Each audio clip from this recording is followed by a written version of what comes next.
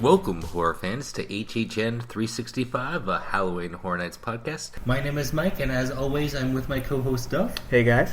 And we are back this week with another house dissection. Ooh, yes, I'm excited. I enjoyed the first one. Yeah, we did, and seems like our listeners did too. Yeah, the rate it was downloaded. Definitely. We are very appreciative of all the downloads we got.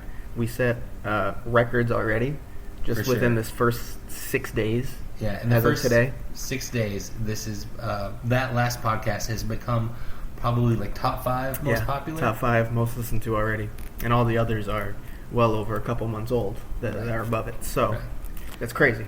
Right, crazy.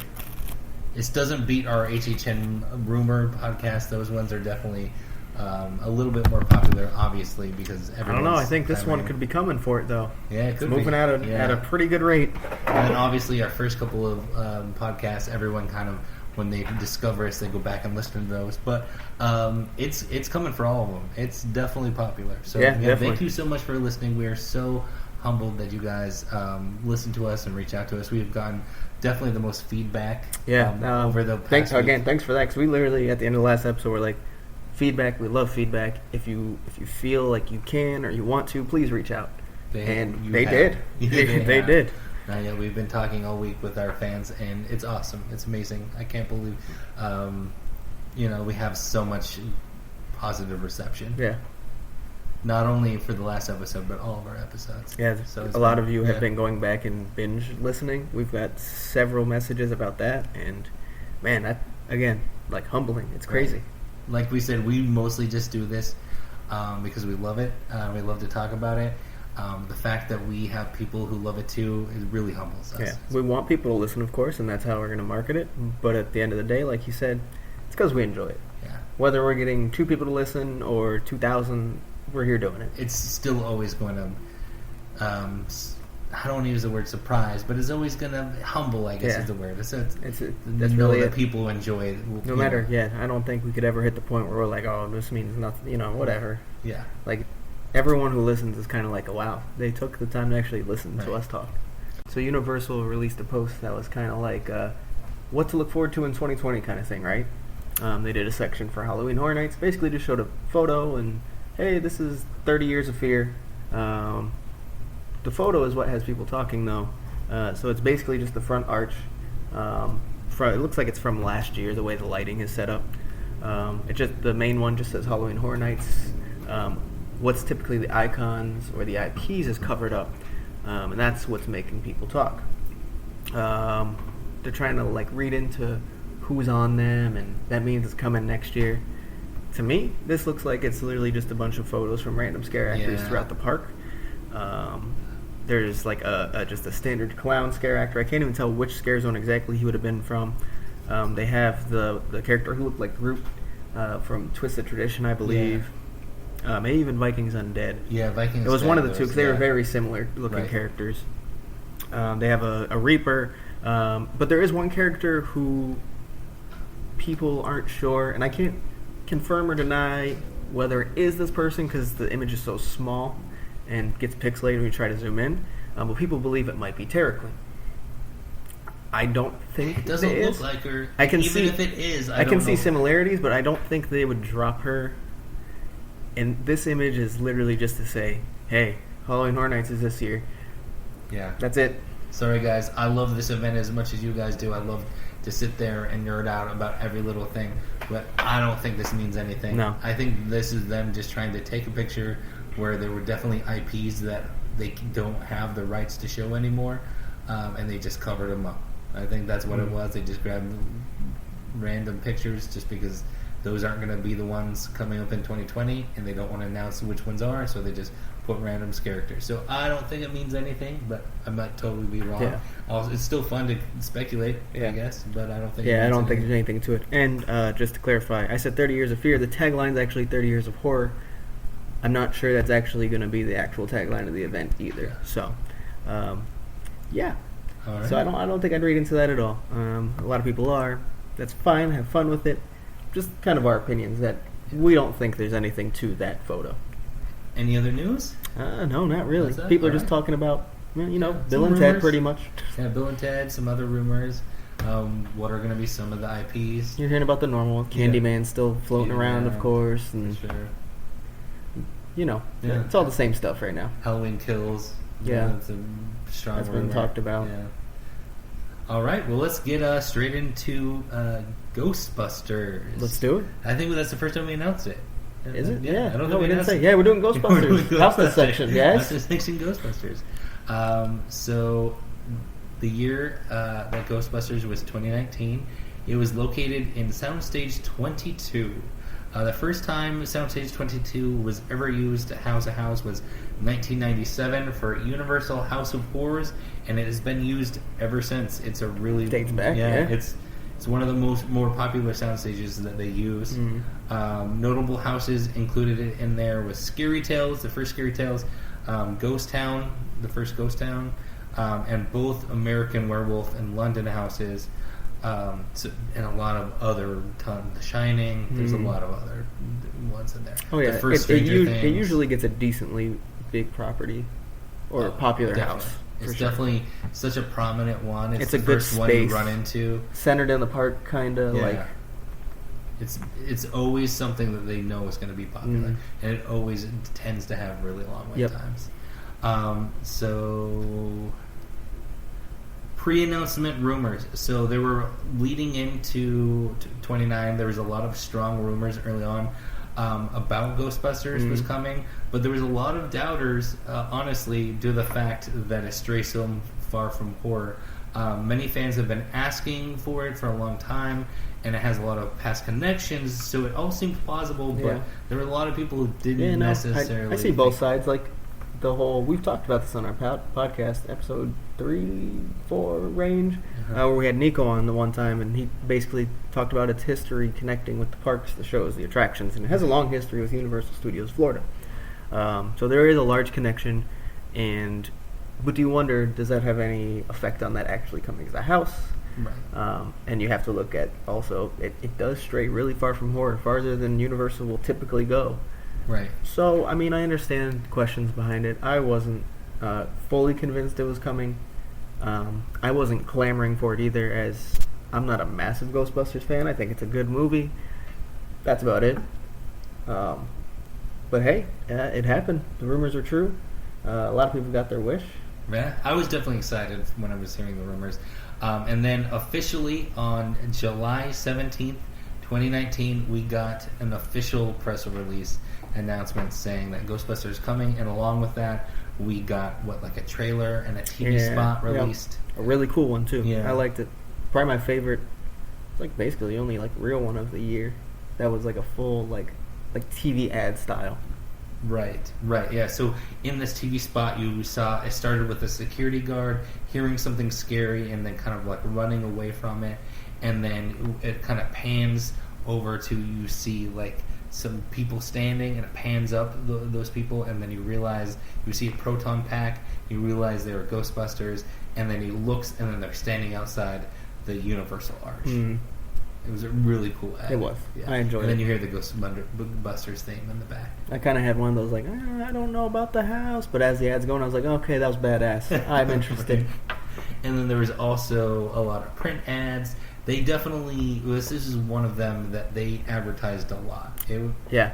I mean, honestly, while I think Stranger Things was the bigger IP, this is the one that they marketed more for sure. I would say if not more, definitely on the same level. At least, yeah. As Stranger Things.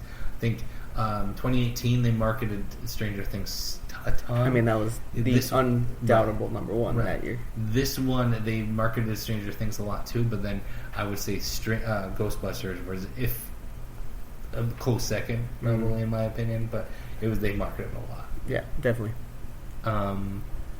Then, no really social media integration or anything like that.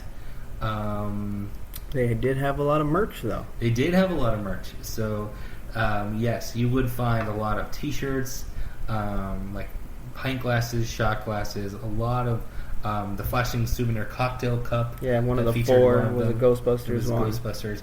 You could find a lot of Ghostbusters. And then when you just looked at the generic Horror Nights items, Ghostbusters was featured very prominently on those shirts.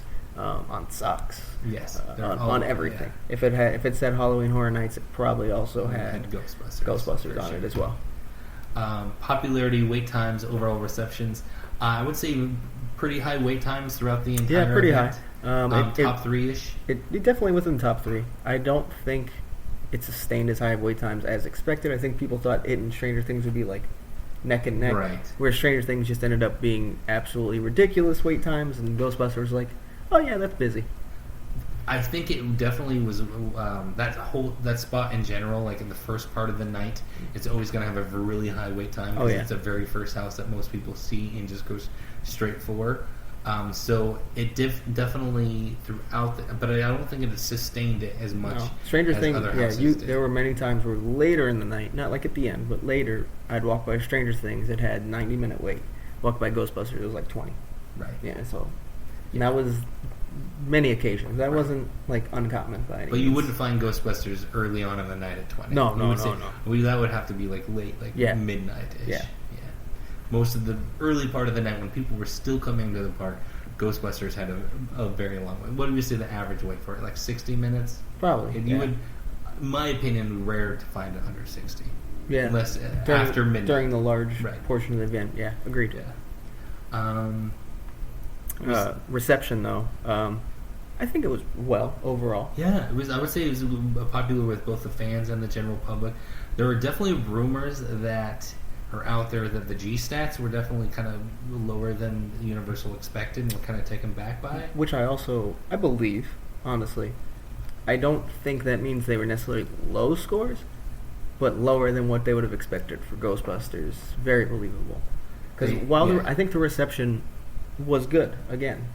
But I think they were expecting more of a great reception.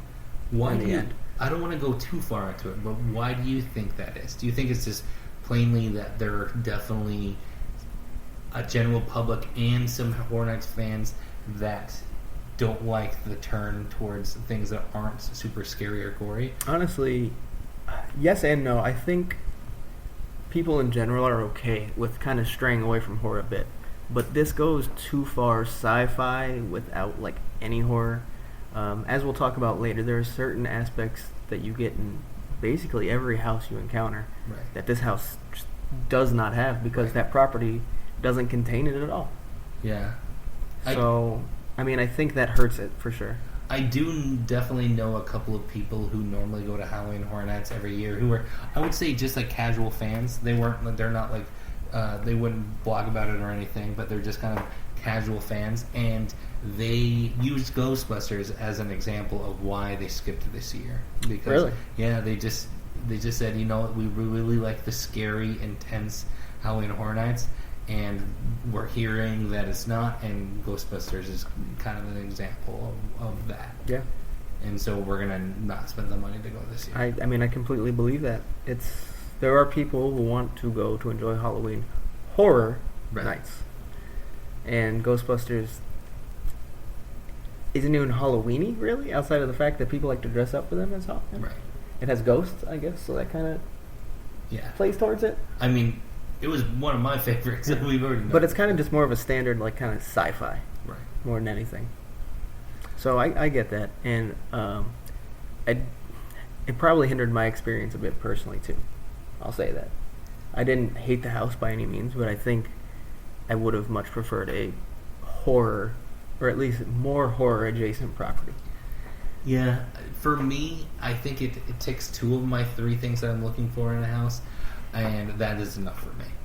I don't need all 3. No, that third thing of being really scary or really gory would definitely makes one of the things I'm looking for, but they don't all have to be there for me to really like a house. Again, I enjoyed it, but it's still missing that for what I believe Horror Nights should be. It's missing some key elements. All right. Well, before we go down too far the rabbit hole of just us debating back and forth, let's get to the actual dissection of the house. Yeah, let's do it. So, outside facade/queue. So the queue is basically just a bunch of switchbacks in the music plaza. If you've ever been to, if you didn't get to go this year and you've been to previous years, is basically that same music plaza queue where they just put like seems like endless switchbacks. Endless switchbacks, and you're just still in the front of the park. You're not even backstage yet. And then once you get backstage, it's basically not a lot of switchbacks. You basically just kind of 3, maybe 4 total. Yeah, 1 or 2, maybe 3, and then you just kind of turn a corner and you're at that Soundstage 22 door. There's not ever really a lot of facade on that Soundstages in general, but especially that one. Usually, I have seen good interior facades. Right. The Shining. Right. Good example of that. But go ahead and talk about it. But I think this is kind of one of the weaker attempts at their interior facade there. Yeah, so we had nothing outside. I know a lot of people were climbing for an Ecto 1, that they could have just parked an Ecto 1 outside the building. There wasn't that. I'm sure they have an Ecto 1 somewhere. They could have pulled. Yeah, probably. They could have found an old Ecto 1 or find someone in Orlando who has one. I'm sure they could have gotten one. They did. I know a lot of people were disappointed there wasn't that there. But yeah, so once you get inside the building, there's kind of just like a small area that's almost so small that it almost feels just like a little kind of claustrophobic hallway. And then on the right, there's the wall of the New York Public Library, and then you kind of hear the theme song of Ghostbusters. If you time it right, you kind of hear like Casey Kasem doing his countdown, and then it kind of goes into the Ghostbusters theme. Then you real quick before you go inside though, just to give you kind of an idea, the New York Public Library, as you know, is that the main building is quite large. It's supposed to be kind of an imposing looking, very detailed architecturally. This wall is maybe like 10 feet. The doorway is maybe like 8 feet tall. The details on the doorway are very minimal. Yeah, they try to make it look like a classical arch. You're just kind of walking by what maybe like marble wall is kind of what it's supposed to look like. It's supposed to be kind of like a marble or a stone, some kind of stone, some sort of stone. But yeah, it's very bland. I think for me, whether it's interior or exterior, the facade's important. It sets the tone, sets the stage for the house, and this they kind of mailed it in. Yeah. I'm not sure what else they could have done without making just like a huge staircase you walked up or something. I mean, even that would have been the New York Public something, Library you know, is, but like just more, even more detail, make it look taller, something. Yeah. Well, then once you turned right into it, you kind of make another right, and then there are bookshelves on your left and drawers on your right.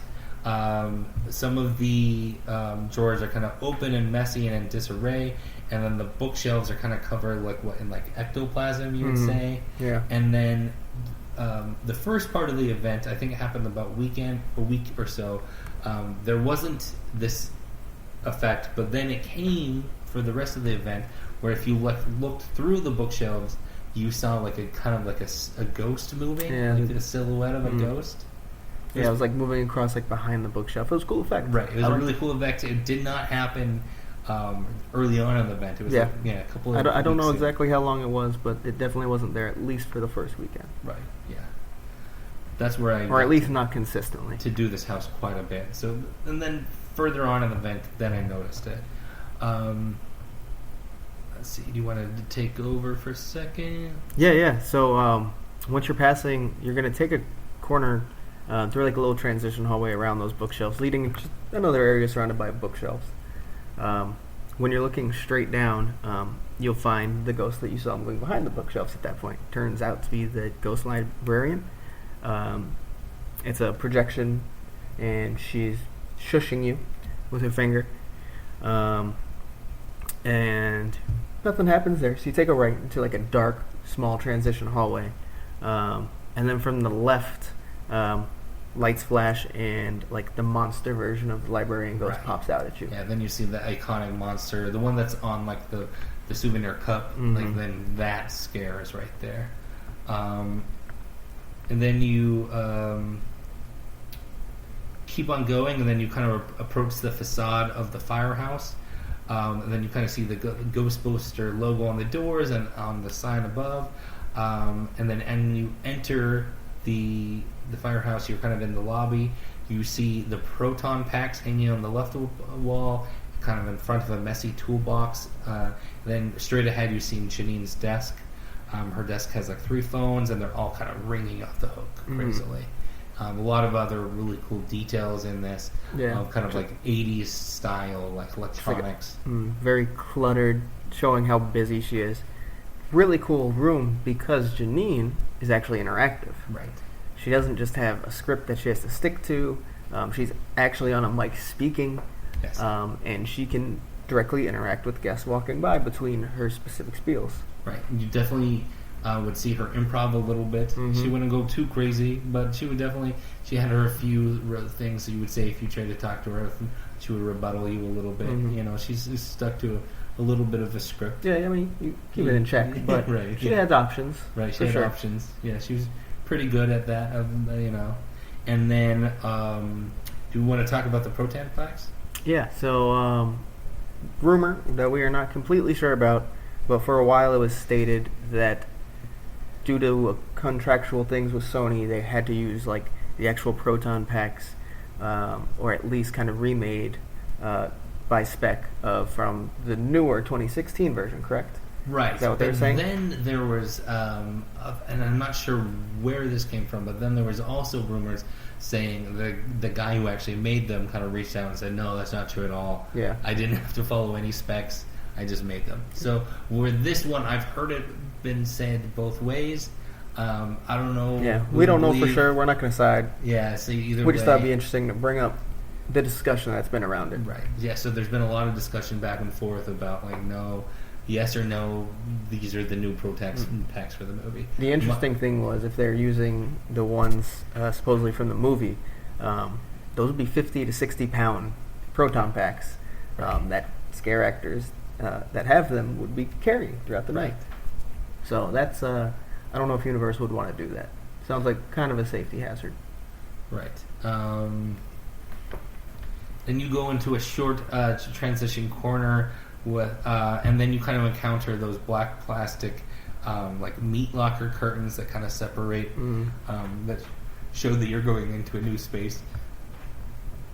And then you are into the hotel hallway. As you walk down the hallway, you definitely realize it's kind of like a fancy hotel. But then there's those proton pack string marks down the side, so it shows that the Ghostbusters are kind of already there. As you walk down that hallway, there's really nothing that pops out down the hallway until you get to the end of it. You see kind of like a housekeeping cart, and behind that housekeeping cart, there's like a Slimer projection that kind of comes at you, and then before he gets to you, he kind of makes a hard cut into the wall, and kind of like makes his Slimer noise, and kind of splats and disappears. Yeah. And then, so you take a left from there, and then immediately you find where Slimer went. As he jumps out of a boo hole on your left. This time, like almost immediate. Right? Yeah, it's like pretty immediate. And this time he's a puppet. Jumps out laughing. Late effects. Probably the first, I guess the second big scare of the house. Right. At this point. But the first time you get like a real encounter with Slimer. Right. You continue down another hotel hallway where on your left you kind of now see Slimer trapped in like 2 proton streams. One coming from what it looks like we think is Peter, and the other one is Egon. Peter is like a static figure, and then Egon is definitely a character, and he, I think it's just like a sound effect. I don't think he's... No, he's not on a mic. Yeah, he says, "Whoa, whoa, whoa, whoa." Yeah. Right? And then while your attention is drawn to the kind of that really big effect, because you get to see like the cool proton streams, and it's really cool. Which it does look really good. It's really one of the cooler effects in the house. Proton streams are done in this house. I hear in Hollywood they're a lot different. Yeah, they looked from the videos I saw. They look good. Right. Less. I don't want to say less believable. They're pulled off in similar ways in the end. Right. Where there's streams of like a rotating light. Right. Heading towards Slimer. We're not going to really compare it too much to the Hollywood house because neither of us got to do the Halloween house this year. So we're not... Just going off videos we if saw. If we had gone to the Hollywood house, I think we would definitely put the Hollywood house in this. But this is not a dissection of the Hollywood house. So This we're is not strictly Orlando. This is strictly Orlando. Other than this time, I think this is the only time we're going to compare it. We're not really going to go back and forth comparing it in any way. If you were listening from Hollywood and you were very confused until now, yeah, just Orlando. Sorry. Just Orlando. Sorry, guys. Yeah. We definitely want to do more Hollywood content moving forward. It's very limited. We're going to work really, really hard. I think combined we have one trying past to save visit. money. They're trying to get to Hollywood for next year. I think I can safely say that I will be there next year. Duff will definitely be there. We're trying to get Mike there. That yet. We're trying, but I can't say that. But we should have Hollywood content coming from Duff at least next year. Definitely. Yeah. And occasionally we'll talk about some other things that have happened that we know about. Definitely.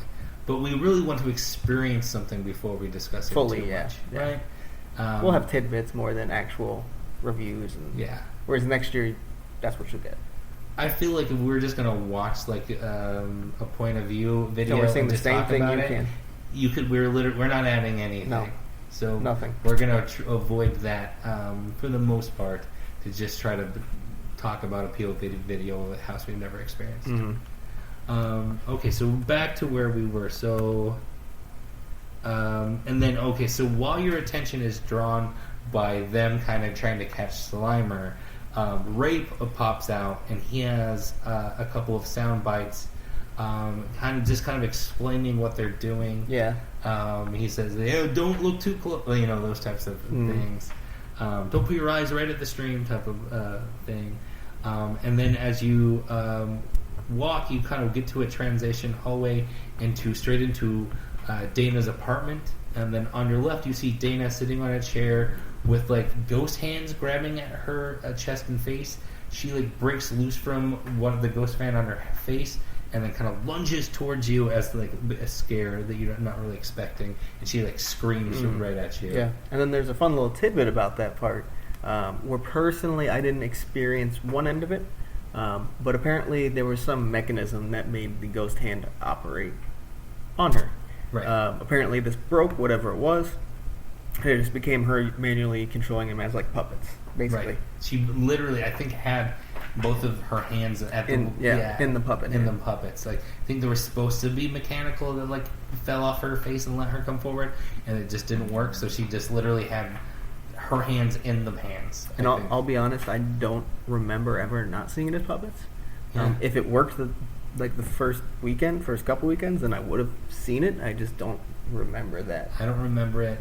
The point of view videos usually come out from the first weekend, and I watched a couple, and it looks like her hands are just controlling them. So I don't know if it's ever worked. Yeah, I don't know. Maybe it was planned and never happened, right? Or maybe something was supposed to work. And we haven't heard any elaborate details about this, but we heard that this is supposedly what happened. Yeah, there was definitely supposed to be some sort of mechanical effect that did not work, so she just kind of had to use puppets. Man, we don't know much about the rumors of this house, do we? No, we just kind of saw what we saw. We did. So then after she lunges towards you, from Dana, you kind of take a sharp right that kind of puts you facing towards a boo hole where a ghost figure kind of rips through the door, kind of like reaching out at you, like clawed hands. Yeah, it's definitely, I think, supposed to be a door, but it's like definitely a sheet. Yeah, he's like kind of reaching through. And then you then go straight towards another door where it's like glowing in the back of it, and then you definitely see something like trying to push through that physical door. Yep. It never quite gets through you, but then you hear a sound like an audio cue that's definitely one of the Ghostbusters saying, "Okay, who brought the dog?"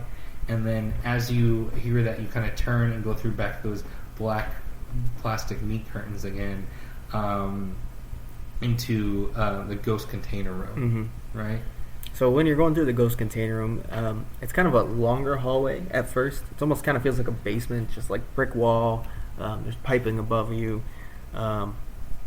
Then as you start to get into, like, there's a small corner room, you'll hear audio where I don't know who it is exactly, but one of the Ghostbusters for sure. It says, "We are in clear violation of the Environmental Protection Act." So once you reach the end of the hallway, that's Ray. Is it Ray? Yeah, so it definitely sounds like something Ray would say. I couldn't completely make out who it was, but yeah, definitely. I see what you're saying. I'm not sure though. It sounds like it. But when you like right after that blurb, when you're reaching the end of the hallway, there's like a red power breaker box with a large lever on it, and then you kind of hear like Slimer start laughing. The switch drops, and then the green light that was above it's going to turn to a red flashing light with an alarm going off. So kind of chaos at that point. Right. Then we get to what I'm going to call our least favorite room to plan out, because there was this one of the ghosts. So you turn to the right, and there's this boo hole, and there was this ghost that we did not recognize in the slightest. We probably spent like 20 minutes trying to find out where it's from within the Ghostbusters universe, and we could not find anything about it. So apparently he's just like wearing like a Wendigo skull, and he's like neon and has claws. If you guys know where in the Ghostbuster universe this is from, or if it's just something that Universal Creative just kind of came up with because it kind of fit, let us know. We aren't sure about this one. Sure about this one. But yeah, all I can see is called the Wendigo Skull Ghost, kind of on like wikis and stuff. That's what they're calling it. And then after that, then you kind of have it's like another scare, like right after on your left, kind of two scares actually, like pinball back and forth of the Scolari brothers, and then you head out the alleyway.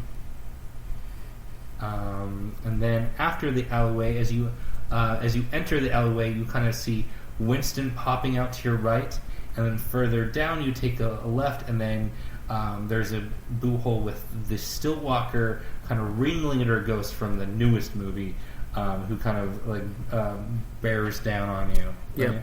2016 version. When we say newest, too, not the 2020. Obviously. Not the 2020, the 2016. We have obviously we didn't know anything from the 2016 one.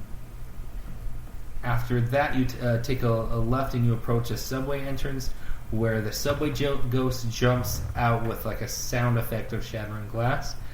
You take another left, and then a window falls to reveal the zombie cab driver, who's just like a static figure with lights flashing. Yeah, it's still a cool scare though. It's gotten me the first time for sure.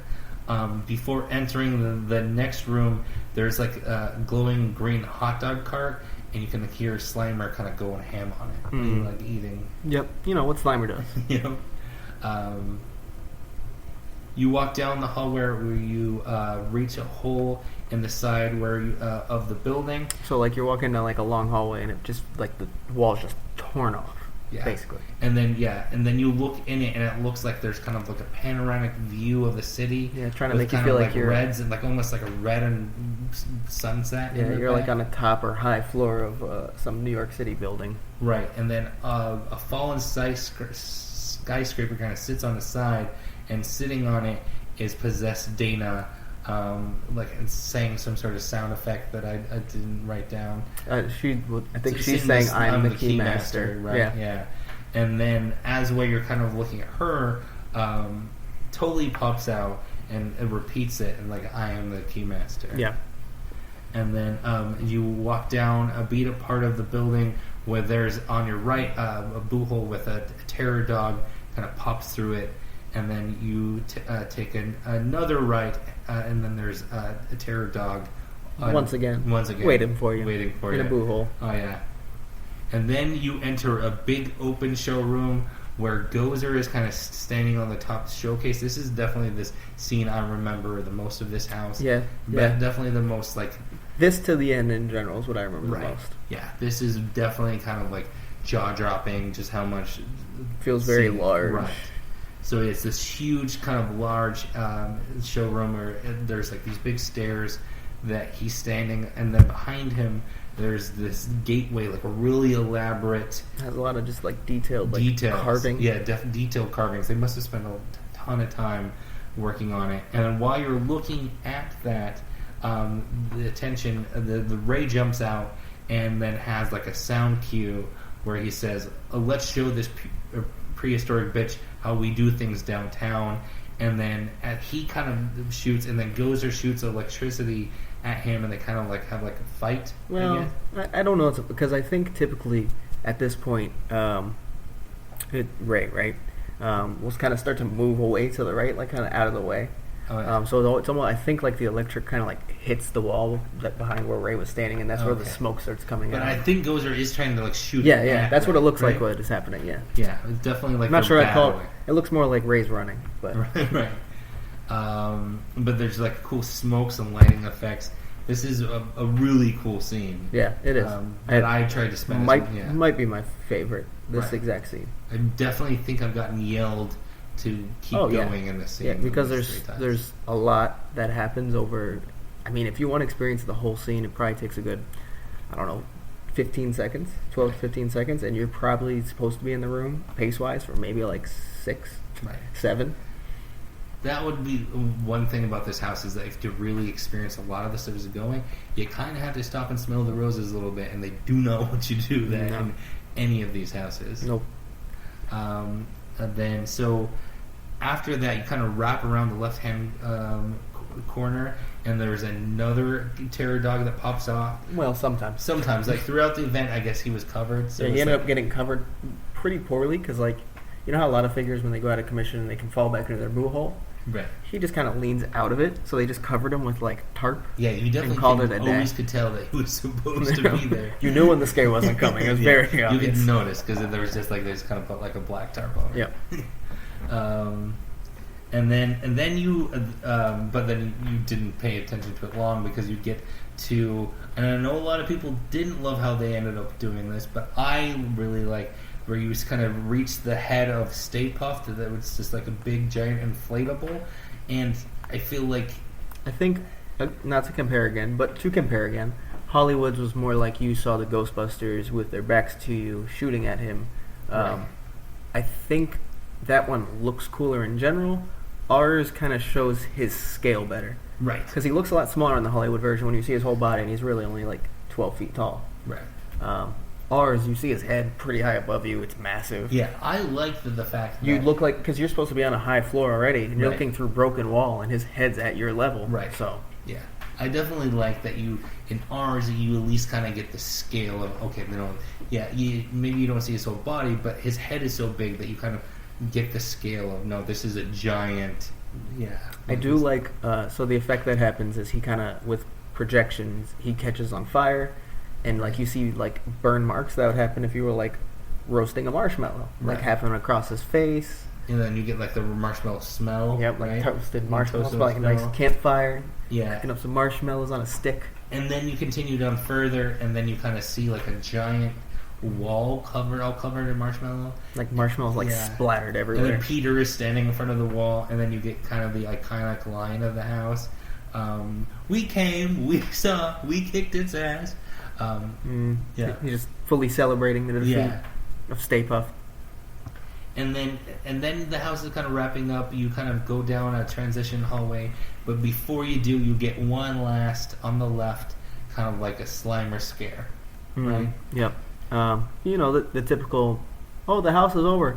We got one more. Yeah, exactly. It was just a Slimer puppet again. Well, that's just kind of the dissection part with the kind of turn by turn of the house. So, but we still have the scales. So if you didn't listen last week, and this is your first time listening to it, we've kind of broken down kind of categories of that don't necessarily mean how good or bad the house are. They're just basically each category kind of stands on its own, and it's basically what was this house this thing or not, right? Yep. So the first one is on a 1 to 10 of the scary scale. So basically, how, in our opinion, how scary was this house? Like, I think most people would agree with us here. We decided to go with a simple 3. 3. There are some decent jump scares. There's a few pinball scares that work.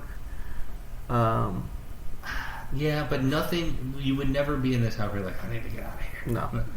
The whole, and I think that's mainly just because it's so high on another one of the scales that we're going to get to in a second that you never just get too scared. I don't think they're necessarily trying to be super scary. It was more just kind of like, okay, we're going to tell the story. We're going to have super fun with it. Yeah, and I mean, they're kind of like cartoonish ghosts. Right. You can only make it so scary, really. So So we know that wasn't their intention. I think anyone who worked on the house would probably agree the scary scale would be pretty low. Yeah. And we're going to go with 3 here. Yeah. I don't necessarily mean that's a bad thing. Yeah. Again, everything, the individual scales aren't like we add it up and give it a final score. Right. Something could have really low scores in every category and still be a good house. Right. Some could have high scores in every category and still be not a great house. The scale literally means, does it have this particular aspect of a typical thing that you sometimes see and sometimes you don't see in a Halloween Horror Nights haunted house? Yep. As scares is obviously one of those things that you would typically see in a Halloween Horror Nights haunted house. Mm-hmm. But not this one necessarily, which is fine. But, you know, it is what it is. It is what it is. It's not a scary house. Yeah. I still love it. It could have been a lot lower if some of the pinballs weren't as effective as they were. Right, definitely. And they definitely, I think they tried their best, especially with the hallway with the random ghost that we don't know what it is. They definitely tried. Hit you quick with they tried 3. to hit you Bomb, quick. bomb, bomb. Bomb. Yeah, they definitely tried. And adding some of the other ghosts that's not from the first movie, you know, like the Stillwalker and stuff. They did their best to try to add as many kind of scary ghosts that could pop out in a short period of time, but still sticking to the story. Yep, agreed. They're just, like we said, only so much you can do. Right. So the next scale is the immersive scale. So I guess the way I'd like to describe it, and I've done it before, but I'll do it again. How likely are you when you were in the house that you forget that you are at Halloween Horror Nights and that you are actually in the setting it's supposed to put you in? How immersed are you into the story they're telling? And for this one, we agreed it did a good job, but there are certain factors that take you out of it a little too much. You kind of like portal hop, right? Like without even like full transitions, you just go from one location to another. Yeah. Suddenly, like you literally go from top of the building to alleyway. You go from the firehouse to hotel hallway. And it's not necessarily a fault of the actual house. It's probably more of a fault just of IPs in general. They have to follow the script. They have to follow the script, and they have to pick, okay, scene from this part of the movie and scene from this part of the movie, that they're not necessarily going to flow together naturally the way a movie would tell the story. They just have to basically pick scenes together, and you're literally just going to have to hop from scene to scene. The only way I could say they do it better is larger transitions, because some of them are literally just you walk into a room and it's different. So like there's no transition, right? To kind of take you out of one place and then let you get to another. The plastic meat locker curtains definitely, I would say they could have done a little better than just like going, oh, here's a plastic curtain, you're leaving this space and going into another. Sometimes in haunted houses you have to do that. I don't love it, especially in this house. I think they could have done a little bit better. But overall, we decided to give it a 7, so it's not bad by any means. I think the sets were done well. They look like the movie sets, for the most part, I'd say. Yeah. Some of them, the scale looks really good. So, I mean, it's not bad by any means. No, it was really good. The next scale is the fun factor. Mm-hmm. So just how much fun were you having when you were walking through the house? And how much would you like, man, that was fun, I want to have to go do that again. I think we debated back and forth on this one a little bit. So I had it a little bit higher and Duff had it a little bit lower. So we settled for, an 8.5. Which, still pretty high. Right. So, I mean, it's not like I had it low. Right. I think you just kind of were like willing to put it at like a 10. I had it like on the same scale as like Graveyard Games. And like I like this house as much, fun factor at least. I enjoy it as almost as much as I enjoyed Graveyard Games, walking through it and how fun I was having through it. Fun factor for me, it's closer to like a 7. So, you know, it's not bad. Again, it was fun. Overall, 7 is fun. Right. It's just not exceedingly fun. Right. And do you think it has something to do with your affinity for the IP? Do you think? Yeah, I mean, I'm sure if I just loved Ghostbusters, it would be more fun because I can relate with what I'm seeing. Right. I don't know if I've already said it this episode, but I think Ghostbusters is a good movie. I don't call myself like a fan that follows it. So if I was connected with the characters, yeah, I'm sure it'd be more fun, of course.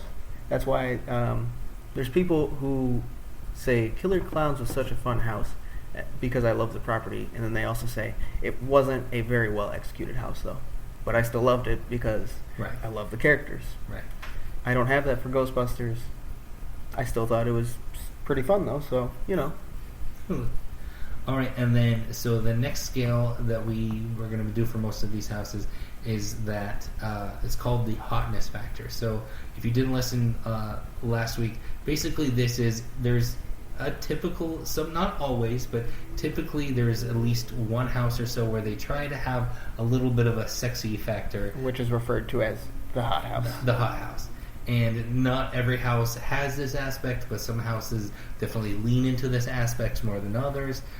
So we decided for fun to come up with, every time we do one of these, the hotness factor. So, Duff, what did we decide on this one for hotness factor? So before I say it, I do want to say I'm rethinking maybe it should be a little lower. It still even feels a little high, but we did give it a 2.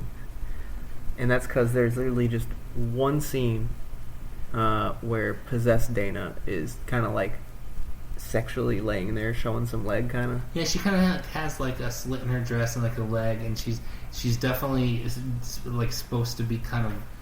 I don't want to use the word sensual, but I think maybe. Yeah. I think. But see, for me, I think when I think hot house, I'm rating it on how hot they were trying to make it. Right. I don't think this scene had the intention to make it hot. I think it just kind of came with the property. And I don't think, because they could have played it up to make it, hotter if they really wanted it to be a hot scene, quotations.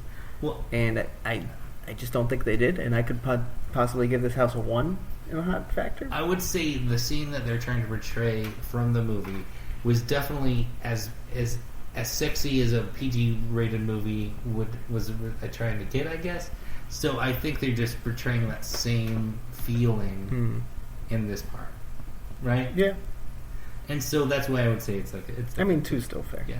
I could see it being lower as well. That's all.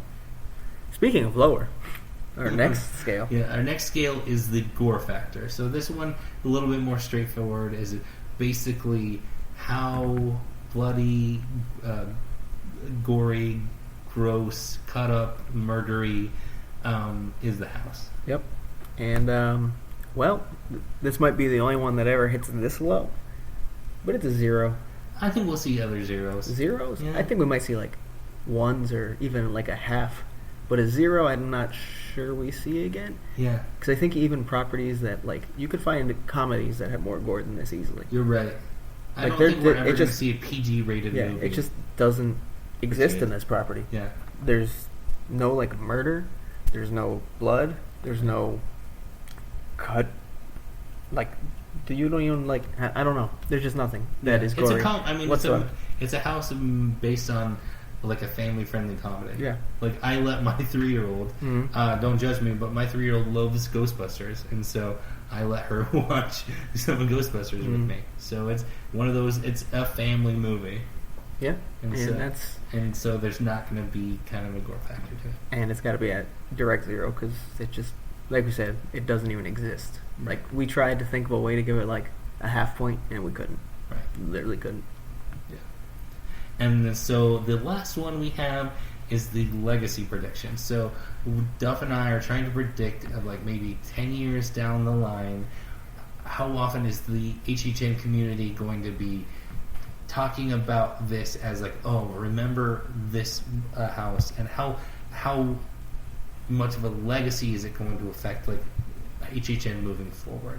So how well did it do? That are we going to start seeing things like it and stuff like that? Basically, how big of a legacy is it going to stay on the event? For example, last week Graveyard Games we gave a 10, thinking there's going to be potentially sequel houses. It could potentially be in mashup houses. Yes. It'll be in fans' minds for a long time. Yes. People aren't going to forget Graveyard Games. It's going to stick with HHN lore for a while.